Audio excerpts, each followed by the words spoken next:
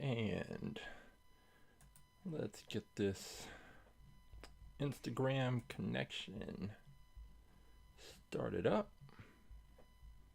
And we are just about ready to go. Hey everyone, I am Coach James. I am the creator and lead instructor for All About Aerodynamics. What is All About Aerodynamics, you ask? Glad you asked, even if you didn't ask. All About Aerodynamics is a science program where I use Hot Wheels cars to teach kindergarten through 6th grade students about a range of science and physics-related topics, including, but not limited to, aerodynamic, drag, elastic energy, elastic force, downforce, kinetic energy, potential energy, Isaac Newton and his 3 laws of motion, and a range of topics. After we have learned all the science, after we have conducted experiments to drive home those concepts, then and only then do I bring in about 400 different Hot Wheels cars, and each student selects a Hot Wheels car they think would be fastest in a series of races based on everything they've learned in the course. They examine their cars, they document everything they can about their cars, they weigh the cars, they test the speed of their cars, they check the year the car was manufactured, they enter all of that information into a spreadsheet, and after they have observed everything they can, after they've documented everything they can, then we set up a 1/64th scale quarter-mile drag strip, and the students race the cars, and they observe how their cars perform. Did their cars perform up to or below their expectations? And if they had the chance, would they select that car again, or would they make a different choice based on everything they've observed? We have fun with Hot Wheels cars. We learn science. What could be better? If you would like more information about All About Aerodynamics and the science program and how to bring it to your school, your organization, or your special event, then all you have to do is go to, it's up there. If you're watching on Twitch or YouTube, it's up there in the corner. Go to our website, aerodynamics.com, and you can find out more details about the science program, or you can follow us on Instagram, aerodynamics, and you can find all the information you need in the bio. You can contact me and I'll be happy to give you more information about our program. But this is not all about aerodynamics. This is all about Aerodynamics presents Wind Tunnel Wednesday. So what is Wind Tunnel Wednesday? Wind Tunnel Wednesday is where I get to pull out the Funtech Labs 1/64th scale wind tunnel. And this company, Funtech Labs, created a wind tunnel scaled to fit Hot Wheels cars. So we turn on the wind tunnel, the airflow comes through, you see the smoke trails, and they flow over, under, and around the car, and we can get an idea about the aerodynamic profiles of the cars that we may want to race. What do you mean, may want to race? Well, every Saturday, we take cars, we take them to the track, we race the cars, but you get the opportunity to select a car to race. And all you have to do is go to the website below, AtTheTrack.live. You'll have 3 options. One's a YouTube stream link, one's a Twitch stream link, but the third option is going to be one that says choose a car. If you select that option, you will be taken to this page. And on this page, all of the cars that are currently in the All About Aerodynamics AtTheTrack.live fleet are listed and cataloged and numbered, and you can find the car that you would like to choose to race.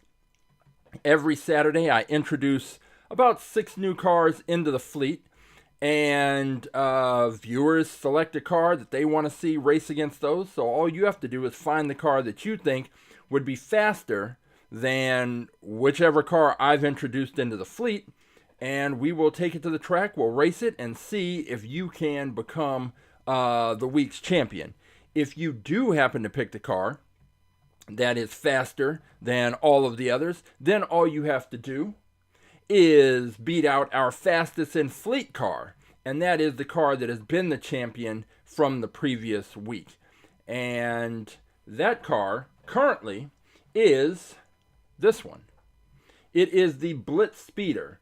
The Blitz Speeder was our champion for 17 weeks at the end of 2024, and then it was beaten out. After it was beaten, the car that beat it out, the Gazella R, stayed the champion for another 16 weeks. And just a couple of weeks ago, we had a return matchup where we had the Gazella R against the Blitzspeeder. We brought the Blitzspeeder back, and the Blitzspeeder beat the Gazella and became a 2-time fastest in fleet champion. And in the last couple of weeks, the Blitzspeeder has not really had any close races whatsoever. So if you can find a car and choose a car that you think would be faster than the Blitzspeeder, then that car will be the fastest in fleet champion, and you will go down as an AtTheTrack.live legend. So that's every Saturday at 11 a.m. Pacific on YouTube and Twitch. Now, again, just go to AtTheTrack.live and select the choose a car option, and you will be taken to this page. We currently have 838 cars to choose from. They're all different types of cars. There are character cars, cars based on real cars, trucks. We have cars from the 70s, 80s, 90s, 2000s. Whatever kind of Hot Wheels car that you're into, we have some. If we don't have that exact car, we have a car that's similar. And all you have to do is find the car, pick the car. And how do you do that? You just take the number in front of the car. So if you think this high-tech missile, number 151, if you think that's going to be the car that is going to take the title, then all you have to do is click on that car. You can get a close-up view of that car to see if it's a plastic body on a metal base or a metal body on a plastic base, or in some cases metal on metal. And if that's the car that you want, you take the number, in this case 151, you drop that in the chat, I pull the car, and boom, you are entered into the tournament. But today, with Wind Tunnel Wednesday, it works in a similar way. All you have to do, let's say you're not sure which car you want to choose. So you're scrolling through, you're looking through, and maybe you're stuck between two cars. Maybe you're stuck between this 76 Greenwood Corvette and some other car. Let's say it's between that and this Purple Passion, even though this car isn't purple, but let's say it's between those two cars. And you want to see what they, get an idea about their aerodynamic profiles. Well, what you can do is just take the number of the car, in this case 207, drop it in the chat, I'll pull that, and then we will stick it into the wind tunnel. And we will check out the aerodynamic profile of your car. So that is what we are going to do. We're going to have cars in the wind tunnel, but it's kind of important that we discuss the science behind what it is that we're about to see. And the last few weeks that we've been doing Wind Tunnel Wednesday, we've been putting the cars in, taking a look at how the air flows over, under, and around, checking out the aerodynamic profiles. And we've just been making observations. Now that we've seen how the Windsible works and how the air flows, there are some things that we want to start to get into more of the science behind what we're seeing. And now that we know that the Windsible gives a pretty good representation of the aerodynamic profile of the car, we can start to go a little deeper with our observations. So I think every week, I always want to start off with the fastest in fleet car, because with this being our fastest car, then whatever we observe happening in the wind tunnel with this car, you would think that a car that's going to beat this one is going to have a similar, we'll be able to observe similar things. And with the Gazella, the car that was the champion before this one, had a similar airflow that we saw, and we saw similar things happening. So I'm going to stick this one into the wind tunnel. Hey, Rough Shot, how you doing? And we are going to see, we're going to take a look at the champ, and I'll switch over to the wind tunnel view. And again, this is the Funtech Labs Windsible 1/64 scale wind tunnel. And I believe I saw on their website they are working on a 124 scale cars and 118 scale cars. So if that's what you're into, if you collect the larger cars, then that might be something you're interested in. If you collect those larger cars and you have deep pockets, because they are not going to be cheap, at least from their initial notices on their website. But we've got this one. We can throw our Hot Wheels cars in here, take a look, and here we go. This is the Blitz Speeder, and let's get this thing turned on and this is our fastest in fleet car. When we put it in the wind tunnel, it basically it's the baseline, and so we can see the air flowing over this car. Right now it's up to 67 miles per hour. Gonna push it up. It's at 94, and we see the airflow here. We're up to 107 miles per hour. And here's one thing to look at that we're going to talk about in a minute. When we're looking at these cars, especially with the Blitz Speeder, you see the air hit the front of the car, and then it's following right along the body of the car. That air is just hitting that and following over. So it's called the Coanda effect, and explains basically how a moving fluid like the air is following this curved line. And we'll see that with most of the cars that we put in here, that the air is going to follow the body of the car. It's going to follow this curved line. And I'm going to turn this up. We're up to 134 miles per hour. And one thing you're going to see with the Blitz Speeder that you don't typically see on most of the cars, you saw it with the Gazella, is how that the air just flows right along the body, and you don't see the air separating really until it comes off the back, off this wing. And then we have air coming up from the back, and you can see there we've got this kind of vortex at the back, and you see a little bit of turbulence right here at the front when the air initially strikes the car, because it's got to go over, under, or around the car. And this is what we're seeing. So going to turn this up to, going to go up to 161 miles per hour. And even though you see a little more turbulence in the air, it is still pretty much flowing along the lines of the body. You're not seeing the flow really detach. And that's important because there's basically two kinds of two kinds of drag that we're concerned about. So there's pressure drag and there's friction drag. And with cars like the Blitz Speeder, the friction drag is going to be more of the thing that we're worried about, because, or not really worried about, but more of it's going to have more of an impact, because the air is flowing right along the body without a lot of separation. So we're up to 188 miles per hour, and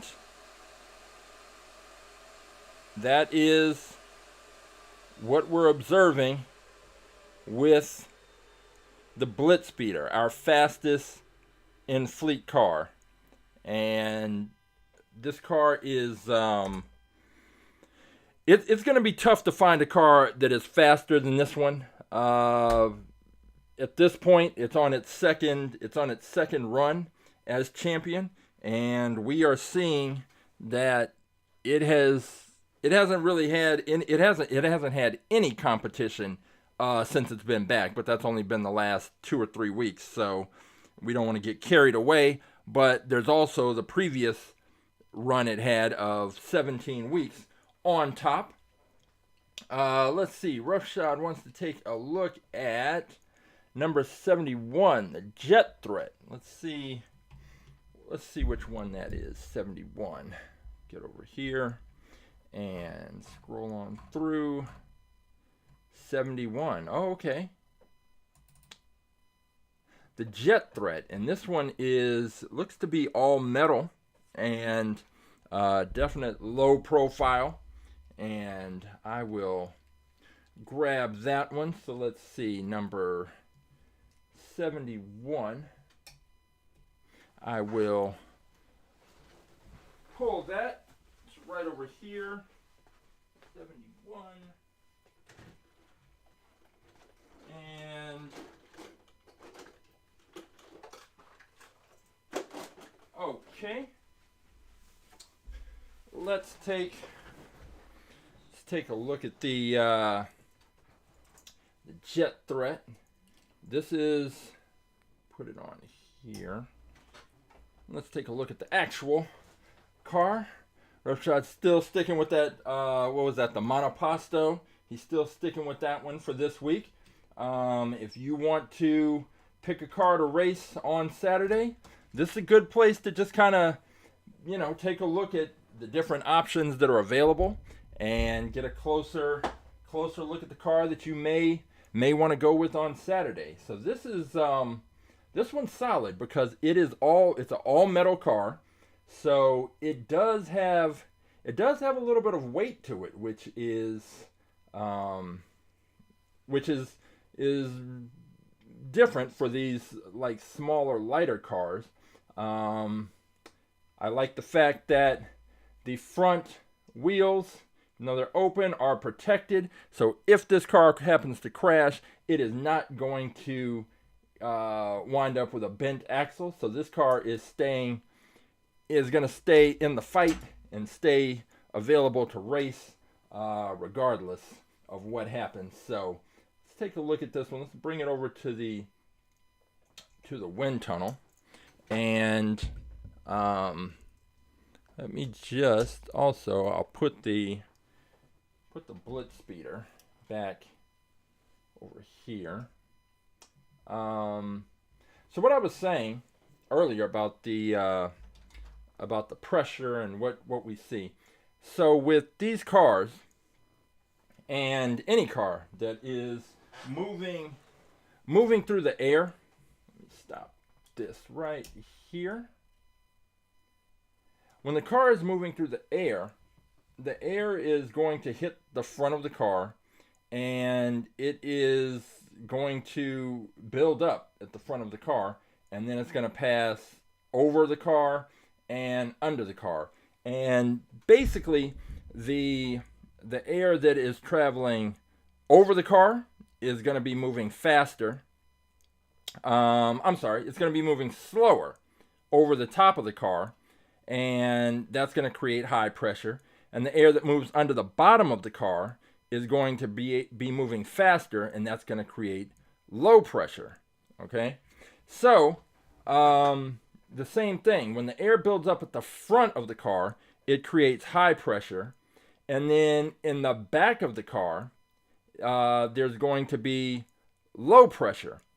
And basically, the pressure, that difference in pressure is going to relate in drag this way, pushing against the car and kind of trying to pull it back. And so that's pressure drag. But that usually starts to be more of a problem when the airflow separates from the car. But with the blitz speeder, we didn't see the airflow really separating from the car until after it passed off the wing. So the pressure drag isn't really the issue with a car like the blitz speeder. It's the friction drag. So that's the air passing across the body of the car and touching this surface. And so that's a whole different thing. When we see some of these other cars, which we will probably see at some point today, I know there's at least one, we're going to see the the airflow detach.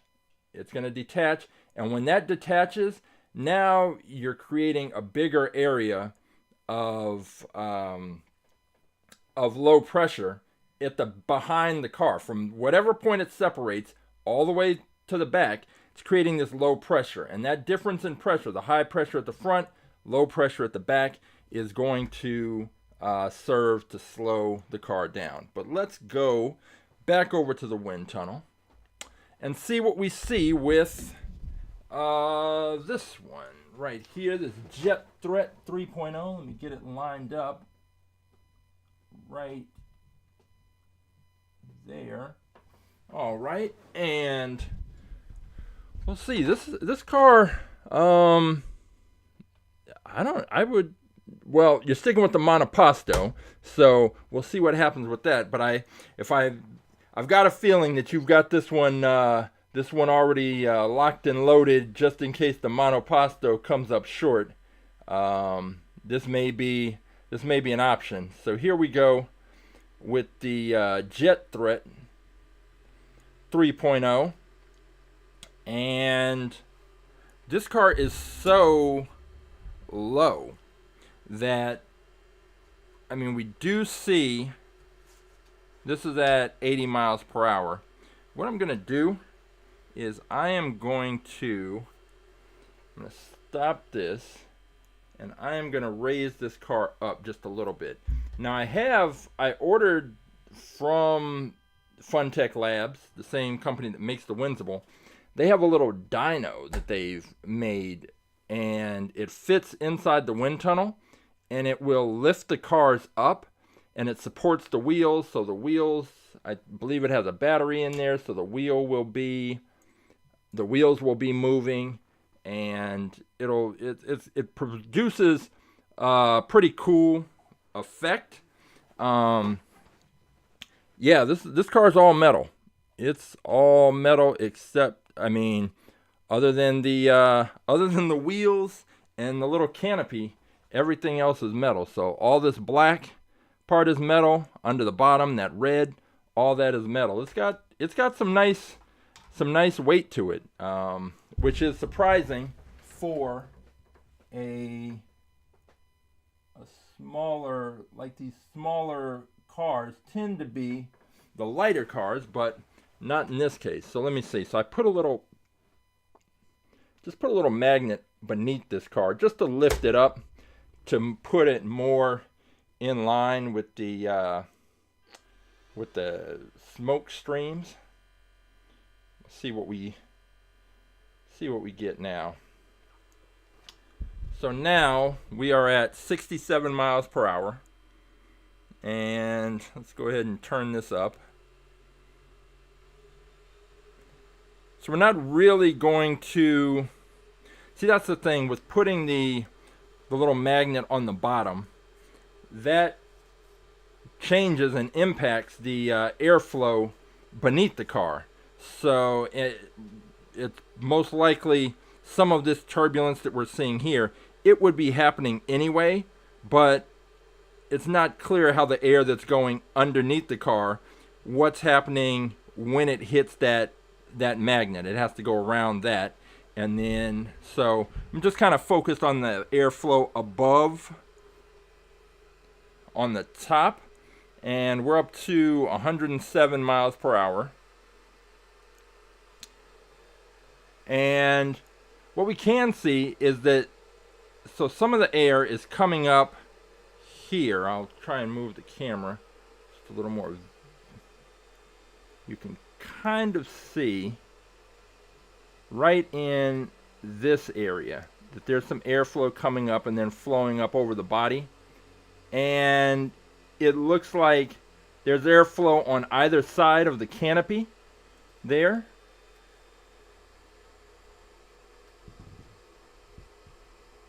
This is from the view from above.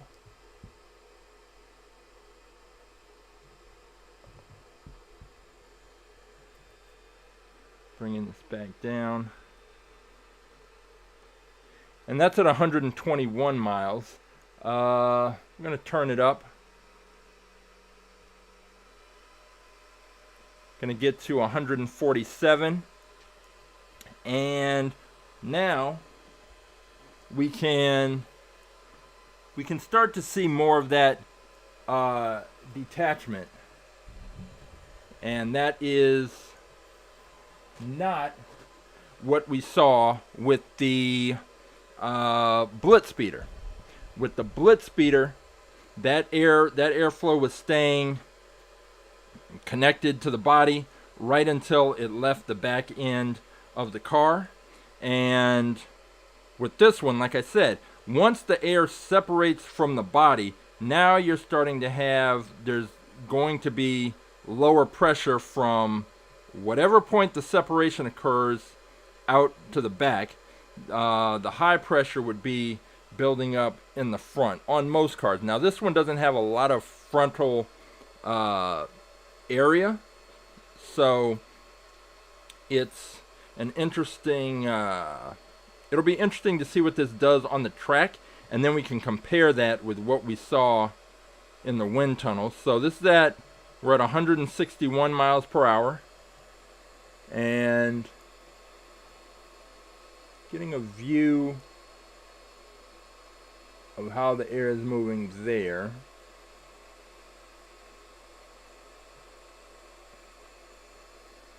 And then coming back down.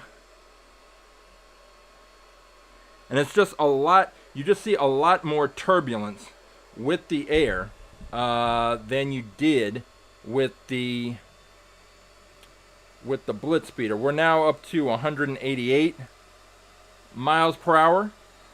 And again, it's just, it's not the same as what we saw with the Blitz speeder, but a lot of this air and that turbulence is where the air is coming up on either side of the canopy.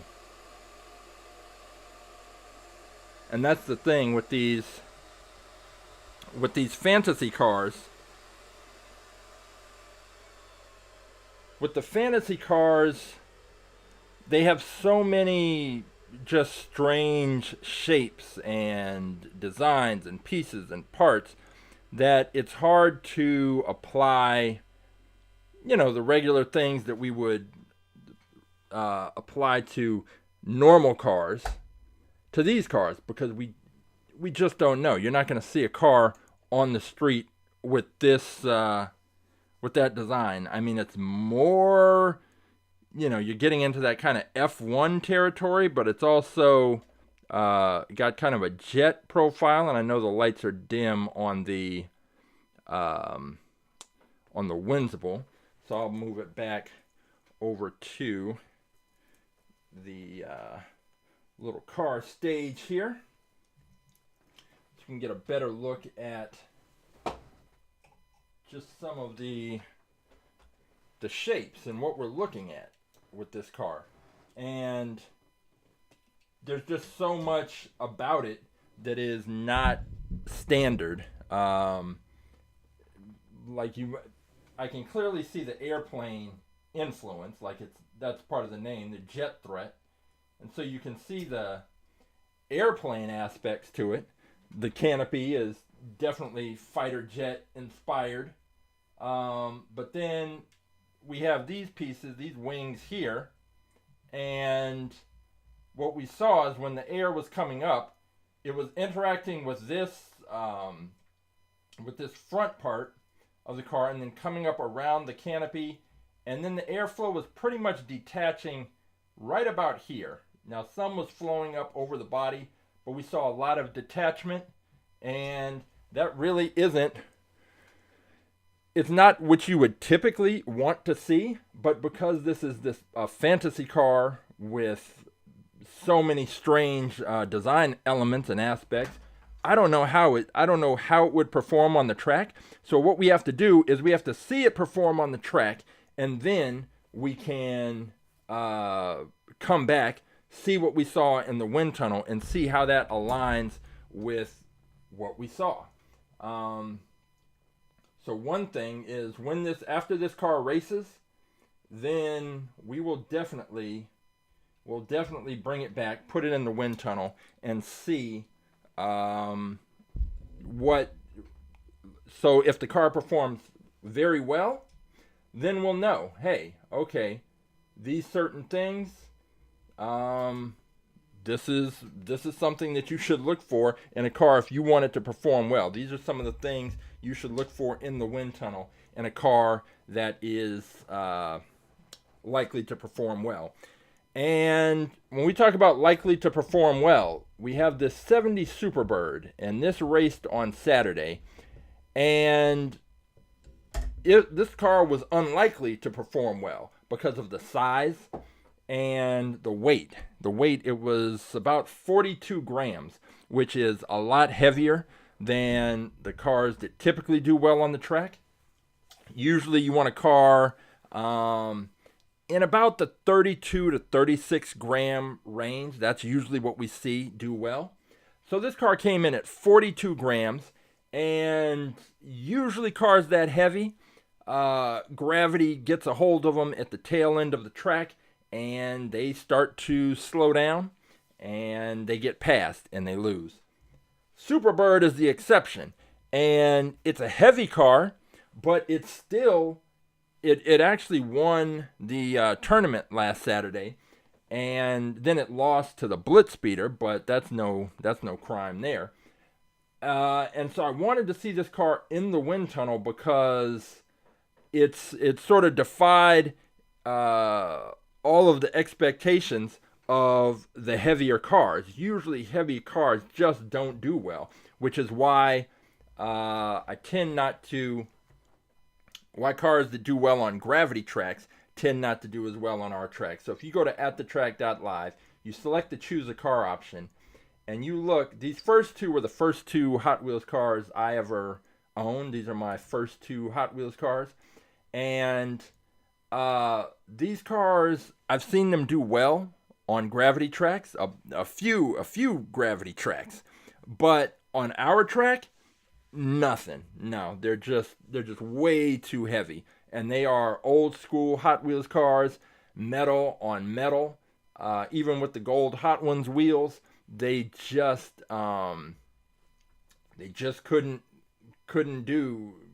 can't do anything on our track. They're just too heavy. So this one and this one, these two, the Murata Stalker and that front running Fairmont, just way too heavy. So anyway, I wouldn't say it's a bias toward about bigger cars, but heavier cars just don't do well on our track. So when the Superbird came out and was beating cars and was a huge surprise, people who've been watching the races, Roughshod can attest to it. We were surprised. So let's stick it in the wind tunnel and see if we can see something here, because it's heavy, so gravity usually does those cars in, because the forces that the cars are fighting against on our track, friction, gravity, and drag. So, but the heavier cars, gravity didn't necessarily do it in. So maybe the aerodynamic profile is so good that it accounts for the differences. So let's get this thing cranked up and just see what we're going to see with this 70 Superbird. It stands higher than most of the cars. There's a lot more clearance with this one than I see with a lot of the Hot Wheels cars. So right now we're at 50 up to 67 miles per hour, and it does have the that giant Superbird wing in the back, but typically wings, if they're designed properly, are there to create downforce. And this one doesn't look like, I mean, the wing is on there, but it doesn't look like they curved it properly enough to make that an issue with regard to downforce. But downforce isn't really downforce and lift aren't really what we tend to worry about on our track with our races. So looking at this car, what you don't see, again, is there's not a lot of separation of the airflow, because some of the cars you will see the airflow right around here just tail off and go.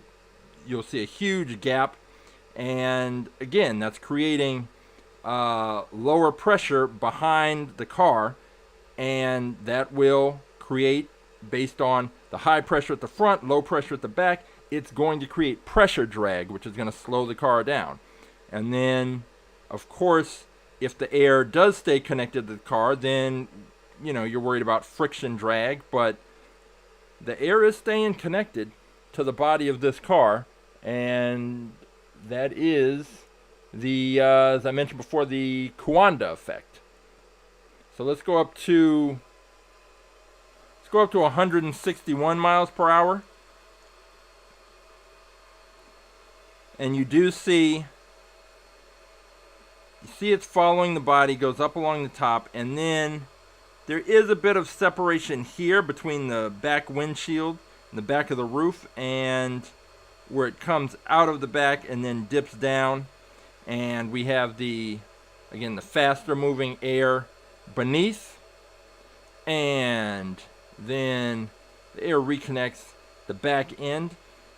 And I think this car, just the aerodynamic profile of it made the difference, because there's no reason why a car this heavy should have done as well as this car did on the track. But you know, you can't knock the results. Let's push in here a little bit. A closer look. This is still at 161 miles an hour. Let's turn this up. Let's go up to 188 miles per hour. And see a little separation, but not much. It's coming off the top, and between this back end, drops back through. We've got the wing and the Superbird. The Superbird really did its thing, representing for the bigger cars, and that air that's traveling over the top is moving slower than the air that's moving under the bottom, because the bottom is flat. There's nothing to obstruct the that flow. And that is the Superbird. So we saw this car really have the most impressive big car run, heavyweight car run that we've seen. I don't know if that's the trend, but I also realized that I thought I had another Superbird in the fleet, and it turns out that I did, and it is I think it's it's car 167. So let's take a look, and I will show you. And the reason, so this one, the yellow one that we just raced, it was labeled the 70 Superbird, and that's what I looked up when I checked in the spreadsheet. But turns out we've got this one. This Plymouth Superbird, and so they were labeled differently, but they look to be the same car. So we may have to have a showdown. I don't know what this one weighs. Presuming they're the same car, the weight should be similar, but we may have a Superbird versus Superbird matchup, and that would be this Saturday, We start our races at 11 a.m. Pacific, 2 p.m. Eastern, and you have the opportunity. You can pick a car. If you want to pick this Superbird to go up against another car that's introduced into the fleet, be my guest. All you have to do is find the car that you want and take this number. In this case, that Superbird was 167, but all the cars are labeled and numbered. You can click on them, take a look. If you think that for some reason, I just saw it. Well, here's another car. This one, this Slide Kick. This is another car that did extremely well. And when you look at it, there's nothing to really obstruct the airflow. And so with this one, the airflow, it stayed attached to the body, so it didn't detach. And because that's what happened, then it turns out that friction drag and the air moving across that surface of the car is the key factor. So this was a car that was very fast. And speaking of, not necessarily cars that are very fast, but here's another one. I have a lot of these cars that I had from when I was a kid. And this is another one. It's I think it's called the Supercharger. It has a few different names. This is the Large Charge, and later editions of it have a different name. And this is one that I had when I was a kid, and the show Knight Rider came out, and Hot Wheels didn't have a kit Hot Wheels car.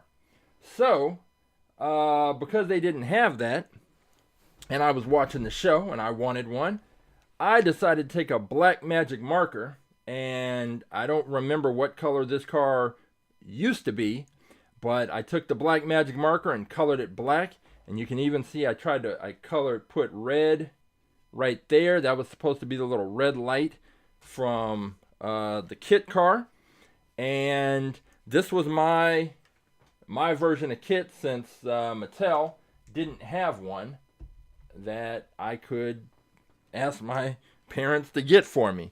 So, but this car cannot race on our track because I used to play with this all the time, playing with it on the, on the cement, on the blacktop at school, everywhere. And the axles got damaged, the wheels are all pitted.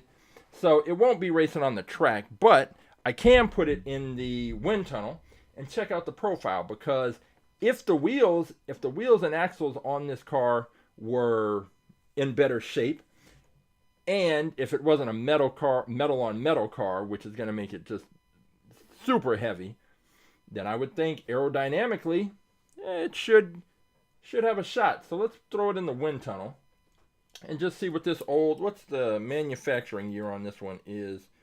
1974.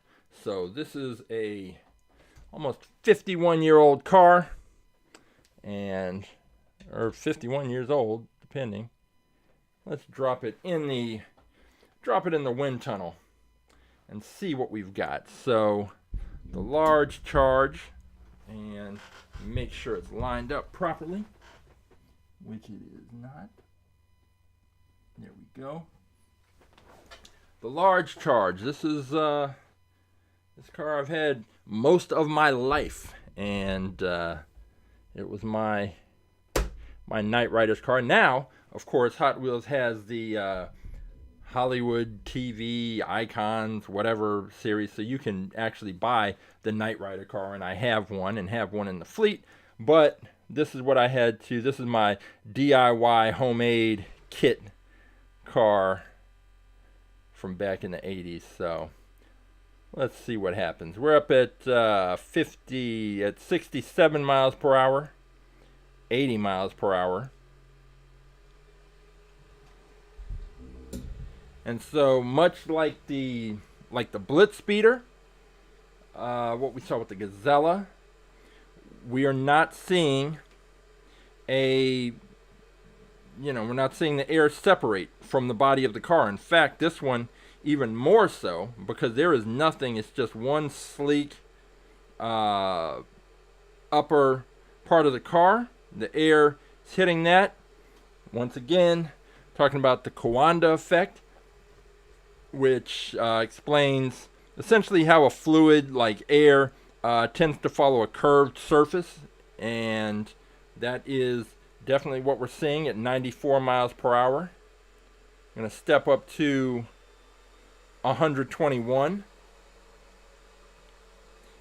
And when we get that other piece that I ordered from Funtech Labs, it will elevate the car. It will raise it up a bit, so then we'll be able to see what happens with the airflow beneath the car. Right now, we can't really see that because the only way to raise the car up is for me to put that magnet beneath it and raise it up.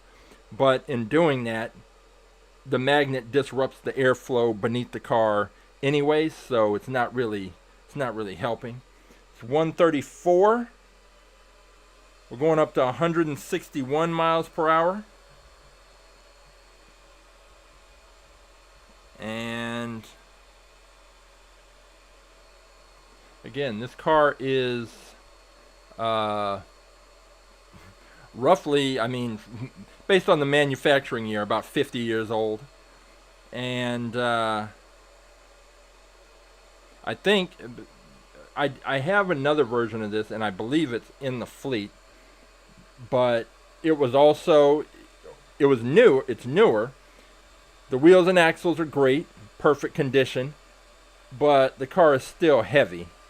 Now we're up to 188 miles per hour. And we are still up at 200 miles per hour. And I think if they made a new version of this that had a plastic, if it had a plastic body on a metal base, it might be a serious contender on our track. But right now we can't have these giant heavy metal cars. They can race, but they're not going to perform well. Our track just isn't set up. It's not that kind of track. But the Superbird was the exception. And how it did it, I don't know, but it did it. And we'll see if it gives hope to any of these bigger cars in the future. I'll pull out. I really don't know what color this used to be. Maybe red? I don't know. But surprisingly, that black magic marker has stuck on there. I could probably use some kind of solution. Maybe nail polish remover or something to get this off. But we'll see. I don't know. That's my car. All right. Here's another one that when I was talking about the open wheel cars getting damaged, we have this one that was from Toy Story, whatever, one of the Toy Story movies, this Forky. It's basically a spork. And it's a cool little dragster. But unfortunately, Sporky or Sporky, I don't remember the name, and it's pretty much irrelevant because Sporky, Forky, whatever, crashed, and as with most open wheel cars, you can see right here that this wheel is completely bent, this axle is bent. It crashed, smashed into the barrier, and that was the end of Forky's run, and it's why I don't like putting open wheel cars on the track, because they just come out with there's so much force these cars come out with, and it's just not going to turn out well. So This car cannot race. I'm not going to waste the money buying another version of it because it's a character car, so it's already more expensive, and there's no point to replacing it because it cannot race. So what it can do is be an example for other people not to pick open wheel cars, but also we can go ahead and take a look at it in the wind tunnel and see what we see. There's not a lot of surface area with this one, but we can go ahead and see what Sporky Forky is looking like in the wind tunnel. Now, if I had to guess, what we're going to see is that airflow right in this area, it's going to become detached. It's not even going to make it to this canopy. Between whatever this is, then there's this opening, then the engine, then the canopy, then another opening, then this back part. I think we're going to just see a lot of turbulent airflow and the air swirling around here, but that's just my guess. So let's go ahead and close this up, turn this thing on, and see what we see. Make sure it's lined up properly. Yeah, that's pretty good. All right, let's see what we're going to see here. Sporky, Forky, whatever. You didn't make it.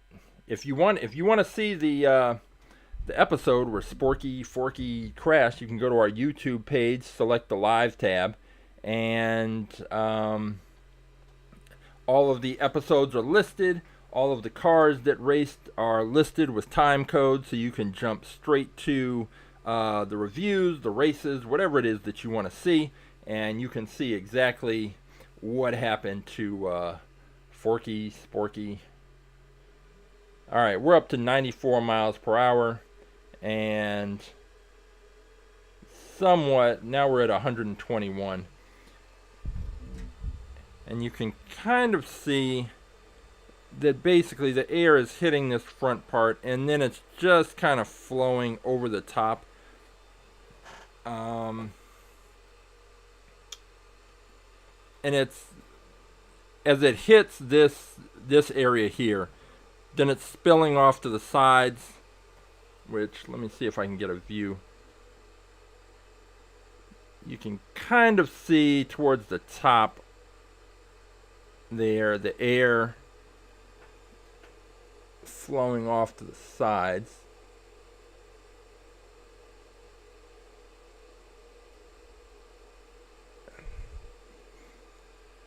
And with these fantasy cars, like I mentioned, there's just so much going on in terms of the design and things that we wouldn't see on ordinary cars. It's hard to apply the same standards because we don't know, we're not going to see a car like this. Yes, funny cars, it has a kind of funny car type look to it, but yeah, this is not. Yeah, the airflow, it's coming up, going across that gap, coming up, hitting the canopy, and then from there, it just spills off. It's not necessarily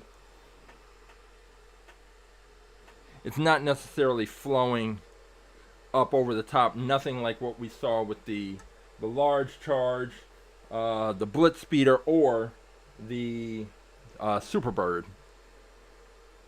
You can kind of see, it's hard to get this angle because the smoke is so thin, but you can kind of see right there, like right in this area, right there where it was pulling right off. So we've got Sporky Forky, which cannot race. It will not race, and it is just an example of just taking a look at the airflow over, under, and around some of these more unusual cars. And what we do is take cars that perform, depending on how they performed on Saturday on At The Track Live, we'll take those cars and put them into the wind tunnel and see if there's anything we can see. The Superbird performed amazingly on Saturday. Threw it in the wind tunnel, and what we observed was that airflow, the Coanda effect, which we talked about earlier, the airflow, it adhered to the body. It followed the lines of the body pretty much right to the end. And when you have that flow separation, when that air separates, then it's creating a pressure differential. So it's creating low pressure at the back end of the car. From wherever that separation occurs to the back, it's starting to create this bigger area of low pressure. And what you want to do is minimize that. So you want to keep the air adhered to the body of the car, just sticking with following the lines of the body of the car for as long as possible. You want to delay that separation, because once that separation starts to happen, then there's low pressure at the back, there's high pressure at the front, and basically that's going to be pulling on the car, and it's creating pressure drag, which is slowing the car down. If you have a car like the Blitz Speeder, where the airflow stays attached to the body all the way to the end, then it's not so much you've reduced the pressure drag, but now you have created and have to worry about friction drag. So it's pretty much how it goes. So for example, if this box is moving through the air and the air is hitting this, what's going to happen is you're not going to have a lot of friction drag, because there's not much area for the air to drag against. It's going to be mostly pressure drag, because the air is going to hit the front, and then when it comes up, it's going to separate, and then this area behind the box is going to have low pressure. So you're going to have the high pressure building up here in the front, then the air just separates off, creates low pressure in the back, and that will end up just pulling and working against this box moving forward. But if you take this same box and you tilt it like this, now you have more area for the air to drag against. And so you're going to have friction drag on this surface. And it's not going to be a lot of pressure drag. It's going to be mostly friction drag. And that's, a pretty simplistic way to look at it, because we're not racing boxes other than those Minecraft cars. We're not racing boxes. We are racing cars with curves and lines and things like that. So when we put them into the wind tunnel, we can actually see how the air is flowing over, under, and around the car. And we can make a determination of, is it pressure drag that's impacting the car more, or is it friction drag? So there are things to look at. And as we put more cars into the wind tunnel, then we'll make more observations. When we take the cars to the racetrack, we'll also make observations. We'll take those cars from the racetrack, put them in the wind tunnel, compare what we see in the wind tunnel with what we saw on the track, and then we should be able to start to get ideas about how cars will perform based on what we observe in either place. So we should be able to take a car that did well on the track and kind of predict what we'll see in the wind tunnel. We should be able to take a car, put it in the wind tunnel, look at how the air flows over, under, and around that car, where the separation occurs, and then make a determination about how we think it will perform on the track. And after we have enough data, after we have made enough observations, we can come to some conclusions, hopefully, and start to be the best Hot Wheels race predictors on the internet. Maybe. So if you are wanting to see these races, all you have to do is join us at the track live on Saturday at 11 a.m. Pacific, live on YouTube and Twitch. You can go to AtTheTrack.live and you can get the links so that you can watch live with us.